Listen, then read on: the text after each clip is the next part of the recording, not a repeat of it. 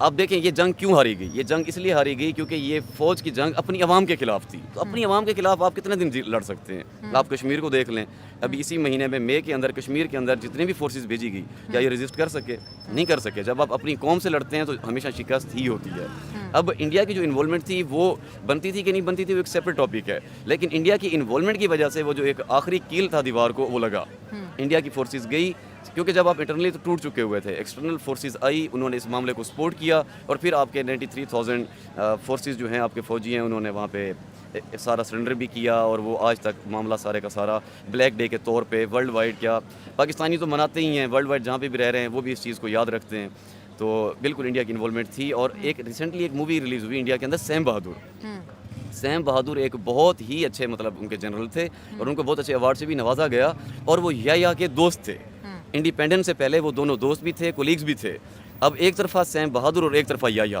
اب سیم بہادر کی اگر پریورٹیز دیکھی جاتی ٹو ورڈز ہز کنٹری, اور دوسری طرف اگر دیکھا جائے پریورٹیز یا کی ٹو ورڈز ہز کنٹری, تو پھر رزلٹ یہی ہونا تھا.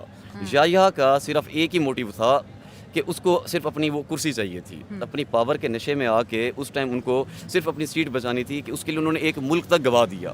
اور سیم بہادر کو اپنے انڈیا کا نام اونچا کرنا تھا, اور اس کے لیے وہ انہوں نے 21 گولیاں بھی کھائی, بہت کچھ ہوا, مطلب کافی ساری انہوں نے کیجویلٹیز بھی فیس کی, اور ایون ان کی جو اکنامیکل سچویشن تھی انڈیا کی وہ بھی بہتر نہیں تھی. اس کے باوجود وہ بنگلہ دیش میں گئے, اور بنگلہ دیش کے لیے دیکھیں جو بنگلہ دیش ہے وہ ہمیشہ پاکستان کے لیے سافٹ کارنر رکھتا تھا.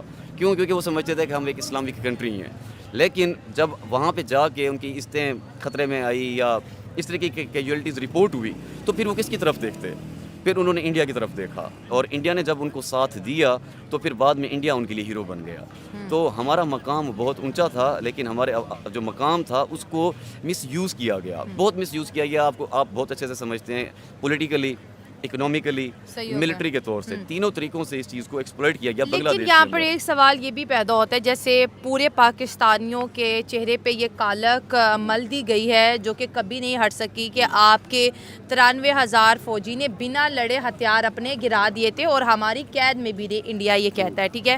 اور دیکھیں اگر ہم یوکرین رشیا کی وار دیکھیں تو یوکرین رشیا کے مقابلے ایک بہت چھوٹا ملک ہے, لیکن وہ لڑ رہا ہے, وہ ریزسٹ کر رہا ہے. افغانستان میں دیکھ لے, امریکہ اپنے لیٹسٹ ہتھیاروں کے ساتھ آئے. افغانستان نے بھی 20 سے 30 اور کئی جگہ تھی کہ 40 سال تک یہ لڑتا, لیکن انہوں نے ہار نہیں مانی. پھر ویتنام امریکہ کے خلاف 30 سال جنگ کرتا رہا, اور 7-8 سال تو سٹیٹ ان کی مطلب کہ سیدھی جنگ تھی امریکہ, لیکن کسی نے یہ پوری دنیا میں ایک ایسا واقعہ ہوا کہ 93 اگر مطلب کہ یہ جنگ سال تک بھی چل سکتی تھی. یہ جنگ جو تھی کوئی دوسری, جیسے آپ نے کہا دوسری کنٹری انوالومنٹ کرا لیتی, حالات نارملائز ہو جائے, لیکن یہ جو ہوا یہ بھولنے کے قابل چیز نہیں ہے. بالکل میں بتاتا ہوں, جیسے آپ نے رشیا یوکرین وار کا کہا, ویتنام کی وار کا ذکر کیا, وہ لوگ 100 سال بھی لڑتے نا تو وہ لڑ سکتے تھے, کیونکہ اس کے اندر عوام اور ادارے ایک پیج پہ تھے. بنگلہ دیش کے کیس کے اندر ایسا تھا کہ جو وہاں کی عوام تھی اور پاکستان کی اس وقت کی جو کمبائنڈ پاکستان تھا, اس کی جو ملٹری ڈکٹیٹرشپ تھی, یہ دونوں سیپریٹ پیج پہ تھے. تو یہ لوگ جو جنگ لڑ رہے تھے اس میں ان کے ساتھ عوام کی وہ تھی, سپورٹ نہیں تھی. اور سپورٹ کیوں نہیں تھی, یہ تو چلو ایک اینڈ میں آ کے چیز معاملہ ہوا کہ آپ نے ان کے کلچر کو ایکسپلائٹ کیا, ان کے مطلب جو معاملات تھے, سافٹ ایشوز تھے, ان کو ایکسپلائٹ کیا. لیکن عوام آپ کے ساتھ کیسے ہے جب ان کا پورے کا پورا مینڈیٹ ہی آپ ان کو نہیں دے رہے؟ مجیب الرحمان عوامی پارٹی سے 100% مطلب وہ اپنی وہاں پہ کلین سویپ کر رہے ہیں. تو جو ٹرانسفر تھی, پاور آف کا جو ٹرانسفر تھا, وہ آپ نے نہیں کیا. نہ آپ کی یہاں پہ ڈیموکریٹک گورنمنٹ چاہ رہی تھی, نہ آپ کی اس وقت کی اسٹیبلشمنٹ چاہ رہی تھی, کیونکہ اس وقت کی اسٹیبلشمنٹ نے ہی بنائی تھی نا PPP جو ذوالفقار بھٹو کی تھی. وہ یہ نہیں چاہتی تھی کہ جو ایک فیوڈل پارٹی ہے اس کا جو پاور ہے وہ ٹرانسفر ہو جائے بنگلہ دیش کی طرف. تو ان کی عوام کو یہ بات پتہ چل چکی تھی کہ آپ ان کو پولیٹیکلی اون نہیں کرتے.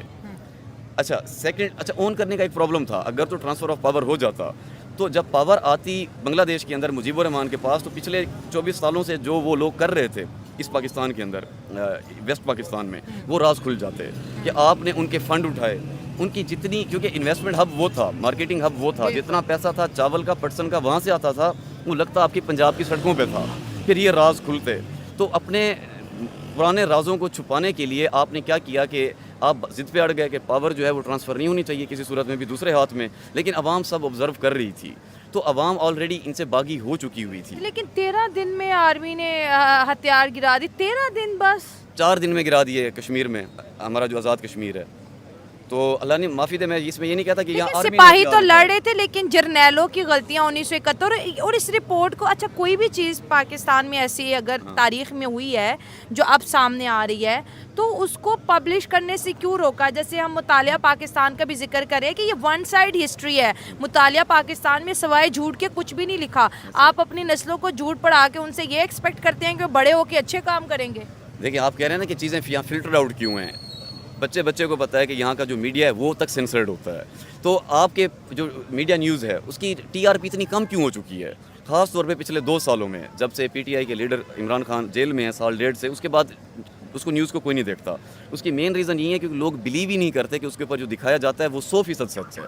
وہ سچ دکھایا جاتا ہے لیکن ایک لمٹ تک, اور ہاف سچ بھی بہت ڈینجرس چیز ہوتی ہے, کیونکہ ہاف سچ دکھایا جاتا ہے. تو لوگ اس لیے سوشل میڈیا پہ ریلائی کرتے ہیں کیونکہ ڈفرینٹ اوپینین ملتے ہیں. اب یہ 1971 تو عمران خان نے جیل میں بیٹھے دوبارہ زندہ کر دی, اور کہیں نہ کہیں یہ ڈائریکٹ میسج دیا ہے کہ انڈیا اس میں جو تھا وہ ہمارا دشمن نہیں تھا, ہمارے اپنے کی لوگوں کی جو غلطیاں ہیں وہ ہمارے سامنے ہیں. اس سے پہلے کل جو نواز شریف ہے اس نے یہ کہا کہ بھائی کارگل میں ہم نے وعدہ خلافی کی تھی, انڈیا ہمارے ساتھ لاہور ایگریمنٹ کر کے گیا تھا اور ہم نے ان کی پیٹھ پہ نا چھرا کھومبا, یہ نواز شریف نے کہا. تو انڈیا تو کلیئر ہوتا جا رہا ہے پاکستان کی ہسٹری میں. بس وہ ہسٹری پتہ کیا, you can not fool all the people all the time, you can fool some people for short period of time, جیسے پہلے بھی ذکر کیا تھا. اب عمران خان جو بات بیان کر رہے ہیں اس میں نا وہ 2 چیزیں کر رہے ہیں. ان کا مین موٹیو یہ ہے یاد دلانا کہ ہسٹری کو ریپیٹ نہ کریں, ہسٹری سے سیکھیں. کیونکہ تب کیا ہوا, مجیب الرحمان کا مینڈیٹ چوری کیا گیا, ان کو پاور ٹرانسفر نہ کی گئی. ابھی پی ٹی آئی والے کیا کہتے ہیں کہ وہ کہتے ہیں فروری کو کا جو مہینہ اس کو بلیک ڈے کہا جائے, ثانیہ مانا جائے, کیونکہ ان کا جو مینڈیٹ ہے سیم ٹو سیم مجیب الرحمان والی ہسٹری ریپیٹ ہو رہی ہے. پبلک کا بلیو یہ ہے کہ جتنا وہ ووٹ پڑا ہے, مینڈیٹ پڑا ہے, وہ پی ٹی آئی کو پڑا ہے, لیکن گورنمنٹ کس کی آئی؟ اگین جو ٹرانسفر آف پاور تھا وہ نہ ہوا نا, وہ مطلب جیسے ہونا چاہیے تھا ویسے نہ ہوا. تو ہسٹری اگین ریپیٹ نہ ہو. عمران خان کا بیسیکلی پیغام یہ ہے. تب کیا تھا کہ آپ رائٹس جو تھے بنگلہ دیش کے اس کو نہیں دے رہے تھے, جو مین آپ کا سورس آف انکم آ رہا تھا وہ وہاں سے آ رہا تھا, لگ وہ کہاں پہ رہا تھا, پنجاب میں. اب کیا ہو رہا ہے, اب آپ کو ڈفرینٹ پروونسز آپ کے ملک کی اکانومی کو چلا رہے ہیں. لائک بلوچستان ہے, اس کی اپنی ایک امپورٹنس ہے اکانومی میں. کشمیر ہے وہ بجلی چلا رہا ہے, کے پی کے ہے وہاں الگ سے منرلز نکل رہے ہیں, لیکن سب کچھ لگ کہاں پہ رہا ہے, پنجاب پہ لگ رہا ہے. تو بیسیکلی ساری چیزیں سیم ٹو سیم ہو رہی ہیں 1971 کے بعد. تو ایک لیڈر ہے وہ اس کو اگر تھوڑا ریکال کرا رہا ہے تو میرے خیال سے اس کو پازیٹیولی دیکھنا چاہیے اور لرن کرنا چاہیے کہ چیزیں اس ڈائریکشن میں نہ جائیں. اس ٹائم تو آپ کا جو دشمن آپ جس کو سمجھتے ہیں انڈیا کو, وہ اتنا پاورفل نہیں تھا. تب بھی وہ 93,000 فوجیوں کو 13 دنوں میں سرنڈر کرانے میں کامیاب رہا, کیونکہ آپ کے جو امریت تھی اس ٹائم وہ نشے میں بالکل, ان کو ہوش ہی نہیں تھا. صرف ان کو یہ جنون تھا کہ ہماری کرسی بچی رہے, اور نہ کرسی رہی. مطلب آپ حد دیکھیں کہ بچے کو پتہ ہے, ہر کسی کو پتہ ہے کہ یہ ان کی بہت رانگ ڈیسیجن تھا. پہلے تو یہ کہ ملٹری کی انوالومنٹ بنتی نہیں تھی, وہ دشمن تو نہیں تھا بنگلہ دیش, یہ معاملہ حل ہو سکتا تھا ڈیموکریٹیکلی ٹیبل ٹاک پہ. لیکن آپ ہمیشہ کیا سمجھتے ہیں کہ ہر جگہ پہ آپ نے ملٹری انٹر کرنی ہے اور سپریس کر دینا ہے معاملے کو, اور جہاں پہ بھی آپ نے ملٹری انٹر کی وہاں پہ شکست ہوئی. سیم بنگلہ دیش کے اندر ہوا, سیم اگر پاکستان میں بھی میں اللہ فاربڈ کہیں ہوتا ہے تو ویسا ہی رزلٹ آنا ہے. تو ایک تو پاس سے یہ سیکھیں کہ ابھی بھی جو معاملہ چل رہا ہے ملک کے اندر, اس کے اندر آپ کا جو معاملہ سالو ہونا ہے وہ ڈیموکریٹکلی ہونا ہے. تو پاکستان کا جو مائنڈ سیٹ ہے وہ شروع سے فیوڈل ہے, وہ ایرسٹوکریٹک ہے, ڈیموکریٹک نہیں ہے. اگر ڈیموکریٹک ہوتا تو بنگلہ دیش کبھی ہمارے ہاتھ سے جاتا نا, پھر تو کچھ بھی خراب نہ ہوتا, پھر ٹرانسفر آف پاور بھی ہو جاتا, پھر مجیب الرحمان بھی ناراض نہ ہوتا, پھر آپ ان کے رائٹس کی بھی پروٹیکشن کرتے. جہاں ڈیموکریسی ہوتی ہے وہاں یہ سب کچھ ہوتا ہے. تو مین پرابلم وہی ہے کہ جو ڈیموکریسی ہے وہ آپ یہ چھوڑیں کہ ویک ہے ہی نہیں, ڈیموکریسی نہیں ہے. دوسرا جو نواز شریف نے بات کی, دیکھنا نواز شریف تو شروع سے یہ کہتا تھا کہ کارگل کے اندر ایک طرف سے وہ ہاتھ ملا کے آ رہے ہیں انڈیا کے ساتھ, اور ان کے نوٹس میں ہی نہیں ہے, آپ کے پرائم منسٹر کے نوٹس میں نہیں ہے, اور آپ کارگل کر رہے ہیں. اور آپ کارگل کی رپورٹ ان کو کب انفارم کر رہے ہیں کہ جب وہاں پہ بہت زیادہ کیجویلٹیز پیش آئی اور آپ کو شاید فنڈ کی ضرورت پڑی, تب آپ نے پھر انفارم کرنا مناسب سمجھا کہ اب پرائم منسٹر کے نوٹس میں دی جائے بات. تو وہ تو ڈے ون سے اون نہیں کرتے اس بات کو, اور اسی بات کے اوپر پھر بعد میں ان کو پاور سے بھی اوور تھرون کیا گیا اور پولیٹیکل ایگزائل پہ وہ جدہ بھی چلے گئے. تو پاسٹ کی جو اسٹیبلشمنٹ کے ڈیسیجن تھے وہ بہت پور تھے. اس وجہ سے ہم نے نا آدھے سے زیادہ پاکستان گوایا, صرف بنگلہ دیش تو نہیں گوایا, گلگت کے بہت سارے ایریاز ہم نے گوائے, کشمیر کی بہت ساری سیالکوٹ کے بہت سے گاؤں گوائے, سیالکوٹ کے کافی سارے سیکٹر ہم نے گوائے, اور بنا لڑے گوائے. لڑ بھی لیتے تو کیا ہوتا, تو مطلب وہ یہ ہے کہ لڑے ہیں نا بنگلہ دیش میں. لڑا صرف تبھی جاتا ہے. میں نے لاسٹ ٹائم ہمارا کشمیر کا انٹرویو ہوا تھا, میں نے کیا کہا تھا کہ ہمیں باہر کے ایکسٹرنل دشمن کی ضرورت اب نہیں ہے, کیونکہ وہ یہ دیکھ رہے ہیں کہ ایٹرنلی یہ لوگ کتنے اسٹرانگ ہیں. اگر ایٹرنلی آپ کے ادارے اور آپ کی عوام ایک پیج پہ نہیں ہوں گے تو باہر سے تو ہلکی سی ہوا آنے کی ضرورت ہے, معاملہ خود بخود ہو جائے گا. اور ہوا پھر آپ کو پتہ ہے ان دنوں کافی زور شور پہ ہے. پاکستان کے اندر جو ہسٹری رہی ہے اور جس طرح سے جرنیلوں نے اور جس طرح سے بڑے بڑے جو عہدیدار تھے جو ماضی میں جو حمود الرحمان رپورٹ کمیشن کے مطابق جو تھا ان کو سزائیں ہونی چاہیے تھی، ذوالفقار علی بھٹو نے انہیں پروموٹ کیا، پھر آگے ان کو سزائیں نہیں ہوئی. اور ورڈ جب 1971 آتا ہے، جیسے ہم دونوں طرف سے ڈسکس کر رہے ہیں کہ یہاں پر جی بہت زیادہ ہم نے فورس لگا دی اپنے ہی لوگوں کو کرش کرنے میں، ٹھیک ہے، ویمن کو، میل کو، بچوں کو، کوئی ہم نے ایسا چھوڑا ہی نہیں تھا. اور کچھ ایسے بھی تلخ الفاظ ملتے ہیں جو جنرل یحییٰ خان نے بنگالی عورتوں کے بارے میں کہے تھے. وہ سب چیزیں اپنی جگہ، لیکن اس کے بعد جو ہمیں پڑھایا گیا، جو ہمیں بتایا گیا، یا ہمارے اندر جو قومیت کا جو جذبہ ہے وہ اس بنیاد پر زندہ ہے کہ آپ اگر زیادہ وطن سے محبت کرتے ہو تو آپ کو انڈیا کے خلاف زیادہ نعرے لگانے ہیں، آپ نے انڈیا کو زیادہ گالی دینی ہے، اس کا مطلب ہے آپ پرو پاکستانی ہو. بالکل، بہت خوبصورت. میں آپ نے جہاں سے بات سٹارٹ کی میں اب اسٹیپ بائی اسٹیپ اس کا جواب دیتا ہوں. اب دیکھیں، حمود الرحمان کمیشن کے مطابق یہ تھا کسی بھی ملک کے اندر اگر کوئی، اب رشیا کے اندر اگر رشیا وار ہارتا ہے تو آپ کو کیا لگتا ہے کہ پیوٹن کیا کورٹ مارشل نہیں کرے گا اپنے ان لوگوں کا کہ آپ نے وار کیوں ہاری؟ مطلب اتنی بڑی انسلٹ ہوتی ہے کسی کنٹری کے لیے کہ یا تو آپ سٹارٹ کرتے نہیں، اگر آپ کرتے ہیں تو پھر آپ کچھ سوچ کے کرتے ہیں کہ کچھ تو آپ اچیو کریں فیس سیونگ کے لیے. یہاں پہ فیس سیونگ تو تھا ہی نہیں، آپ کا سرنڈر تھا جو کہ ایک بڑا ایک شیمفل ایکٹ ہے. اچھا، اس کے بعد آپ کا کورٹ مارشل بنتا تھا، کورٹ مارشل کی بجائے آپ کو پروموٹ کر دیا گیا. یہاں سے ایک کلیئر کٹ بات ہے جو ہر بندہ سمجھ چکا تھا اور اب تو ہر کوئی سمجھتا ہے کہ جو اس وقت کی پولیٹیکل پارٹی تھی پی پی پی، وہ اسٹیبلشمنٹ کی اپنی پارٹی تھی. تو ان کی اپنی پارٹی ان کے خود کے ہی لوگوں کو کیسے کورٹ مارشل کرے؟ کیونکہ وہ ایک ڈیموکریٹک پارٹی. اب دیکھو، لوگ سمجھتے ہیں کہ پی پی پی سب سے بڑی ڈیموکریٹک پارٹی. وہ کیسے ڈیموکریٹک پارٹی ہے جس کو بنائی اس وقت کی اسٹیبلشمنٹ نے؟ تو اس وقت کی اسٹیبلشمنٹ نے بنایا، اور اس قدر وہ بھی اقتدار کے بھوکے تھے کہ بھٹو نے مجیب الرحمان کو کہہ دیا تھا تم وہاں ہم یہاں. Rather than transferring power democratically, آپ یہ کہہ رہے ہو کہ تم وہاں ہم یہاں.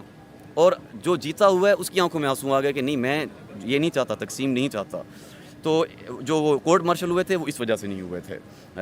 دوسری بات کیا تھی؟ دوسری بات، ہاں، وہ جو ایک نعرہ ہے کہ آپ جتنا انڈیا کے اس کے اگینسٹ اس کو برا بھلا کہیں گے اتنا آپ پرو پاکستانی ہوں گے. یہ چیز دور جہالت تک چلتی تھی، دور جہالت تک، جو کہ شاید میں سمجھتا ہوں 2005-10 تک چلتی ہوگی. کیونکہ میں جب پیدا ہوا تو اس کے 5-10 سال تک بھی یہ امپیکٹ رہا ہے. اس کے بعد تھنگز آر ٹوٹلی ڈفرینٹ. آپ یہاں راہ چل کے کسی کو کہیں کہ انڈیا کے بارے میں برا بھلا کہو، میرے خیال سے استغفراللہ اس کا رسپانس بہت ہارش ہوگا. وہ لوگ مطلب اب سمجھ چکے ہوئے ہیں، لوگ اب ایجوکیٹڈ ہیں. لوگ اب کبھی بھی، لوگ تو یہ چاہتے ہیں کہ انڈیا سے کرکٹر آئیں اور پاکستان میں کھیلیں. پاکستانی کرکٹر سے زیادہ جو فین فالوئنگ ہے وہ وراٹ کوہلی کی ہے. جو ایکٹریسز ہیں وہ سب سے زیادہ انڈیا کی بالی ووڈ کی انڈسٹری دیکھی جاتی ہے. تو مطلب جو سینٹیمنٹس ہیں وہ پبلک کے، ملک کے دونوں طرفہ اچھے ہیں، ایسا نہیں ہے. تو جو گورنمنٹس ہیں ان کے لیول کے اوپر چیزیں ڈفرینٹلی دیکھی جاتی ہیں، کیونکہ وہ ایک پولیٹیکل موٹیو ہے، وہ ایک انٹرسٹ بیسڈ موٹیو ہے جو کہ مزید اب چل نہیں سکتا. وہ فلاپ ہو چکا ہے، ٹوٹلی فلاپ ہو چکا ہے. تو اب آپ کیا دیکھتے ہیں کہ وہ جو ایک راز تھا جو کہ اکثر لوگوں کو نہیں پتہ تھا، عمران خان نے اس سے دوبارہ سے پردہ اٹھایا، بہت زبردست جیل میں رہ کے پوری مطلب پاکستانی قوم کو، سوئے ہوئے کو جگا دیا. تو اب 1971 والی نفرت بھی نکل گئی انڈیا کو لے کے جو تھی. نہیں، انڈیا کو لے کے کیوں نفرت تھی؟ آپ کو کس نے کہا نفرت تھی؟ جیسے مطالعہ پاکستان میں پڑھایا جاتا ہے نا، ہم تو ون سائڈ اسٹڈی کرتے ہیں نا. ہم تو، ہمارے بہت سے لوگ، کم ایسے بچے ہوں گے جو کہ چیزوں کو کراس چیک کرتے ہیں. ہمارے پورے مطالعہ پاکستان میں 1971 کو لے کے ایک چیپٹر ہے پورا. تو وہ چیزیں تو نکل گئی. جیسے میں نے اب یہ جب رپورٹ پڑھی تو میں نے کہا یار ہمیں تو کتنا غلط پڑھایا گیا تھا. آپ خدا قسم میری اس بات پہ تہ دل سے آج یقین کر لیجئے. مطلب میں یہ کہنا چاہ رہا ہوں کہ بلیو می، یہ ساری چیزیں تب تک حقیقت تھی جب تک کہ ورلڈ ڈیجیٹل نہیں تھا. اور ورلڈ ڈیجیٹل نہیں تھا میکسیمم 2010 تک. 2010 تک ورلڈ بہت زیادہ گلوبل ہو چکا ہے، ریولیوشنری اس کے اندر چینجز آ چکے ہوئے ہیں. تو 2010 تک شاید ہم 100% واقف نہ تھے، لیکن 2000 سے آن ورڈ جب آپ وزڈم فل لوگوں کے ساتھ بیٹھتے تھے، ویسے بھی جو ایک پڑھا لکھا بندہ ہے، جو ایک ریسرچر ہے، وہ کبھی ون سائڈڈ بات بلیو نہیں کر سکتا. پاکستان اسٹڈی کی جو ہماری کتاب ہے وہ کس کی لکھی ہوئی ہے؟ وہ تو ہماری لکھی ہوئی ہے نا. اس کے اندر تو ہم جس کو چاہیں اچھا لکھیں، جس کو چاہیں برا لکھیں. تو آپ ہمیشہ جب چیز کا وہ ایک ریسرچ کرتے ہیں تو آپ کراس اوپینین لیتے ہیں. ڈفرینٹ سورس آف جو ہیں اس کے ریفرنسز ہوتے ہیں، وہاں سے آپ انفارمیشن کلیکٹ کرتے ہیں. 2010 کے بعد تو ہر انفارمیشن آپ کی ون کلک اوے پڑی ہوئی ہے. اس کے اوپر بہت زیادہ ویلاگز بھی اویلیبل ہیں. مطلب آپ یوٹیوب آپ کے ہاتھ میں ہے، فیس بک آپ کے ہاتھ میں ہے. ابو آل پہلے کبھی اتنا انٹریکشن نہیں ہوتا تھا لوگوں سے. اب تو آپ دبئی جاتے ہیں، میں جاتا ہوں، بنگلہ دیشی ہمارے دوست ہیں. تو منہ بولتے جو ثبوت ہیں چیزیں, اور یہ معاملہ بھی زیادہ پرانا نہیں ہے, 1971 میں ہوا ہے. اس کے تو لوگ بھی ابھی تک زندہ ہیں, ہمارے بزرگ ہیں وہ ابھی تک زندہ ہیں, وہ جرنیل بھی کافی ابھی تک ان کے بچے بھی زندہ ہیں. اب ان کے بچے جو ہیں, اب بہت سارے جرنیل ہیں جو کہ مثال کے طور پہ عمران خان کو پسند نہیں کرتے, ان کے بچے کرتے ہیں, تو آپ ان کے بچوں سے سنیں کہانیاں.